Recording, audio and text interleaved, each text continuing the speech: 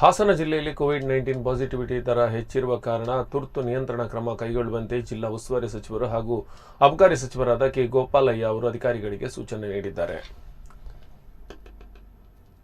ಜಿಲ್ಲಾಧಿಕಾರಿ ಕಚೇರಿ ಸಭಾಂಗಣದಲ್ಲಿಂದು ಜನಪ್ರತಿನಿಧಿಗಳು ಹಾಗೂ ಅಧಿಕಾರಿಗಳ ಸಭೆ ಮತ್ತು ವಿಡಿಯೋ ಸಂವಾದ ನಡೆಸಿದ ಅವರು ಕೋವಿಡ್ ಹೆಚ್ಚಳ ಹಿನ್ನೆಲೆಯಲ್ಲಿ ಸೋಂಕಿನ ಲಕ್ಷಣ ಇರುವ ಎಲ್ಲರ ಮನೆಗಳಿಗೆ ಔಷಧಿ ತಲುಪಿಸುವಂತೆ ಸೂಚನೆ ನೀಡಿದರು. ಎಲ್ಲ ತಾಲೂಕುಗಳಲ್ಲಿ ಅಗತ್ಯ ಪ್ರಮಾಣದ ಮಾತ್ರೆ ದಾಸ್ತಾನು ಮಾಡಿ ಪ್ಯಾಕ್ ಮಾಡಿ ಸೋಂಕು ದೃಢಪಟ್ಟವರಿಗೆ ಸಕಾಲದಲ್ಲಿ ಔಷಧಿ ಒದಗಿಸಿ ಮನೆಯಲ್ಲಿ ಸೂಕ್ತ ವ್ಯವಸ್ಥೆ ಇರದಿದ್ದರೆ ಮಾತ್ರ ಕೋವಿಡ್ ಕೇರ್ ಕೇಂದ್ರಕ್ಕೆ ಸೇರ್ಪಡೆ ಮಾಡಿ ಚಿಕಿತ್ಸೆ ನೀಡಿ ಎಂದು ಸಚಿವರು ಸೂಚನೆ ನೀಡಿದರು. ಶಾಸಕರಾದ ಕೆಎಂ ಶಿವಲಿಂಗೇಗೌಡ ಅವರು ಮಾತನಾಡಿ, ಈ ಬಾರಿ ಸೋಂಕಿತರಿಗೆ ಗಂಭೀರ ಆರೋಗ್ಯ ಸಮಸ್ಯೆ ಕಾಡುತ್ತಿಲ್ಲ.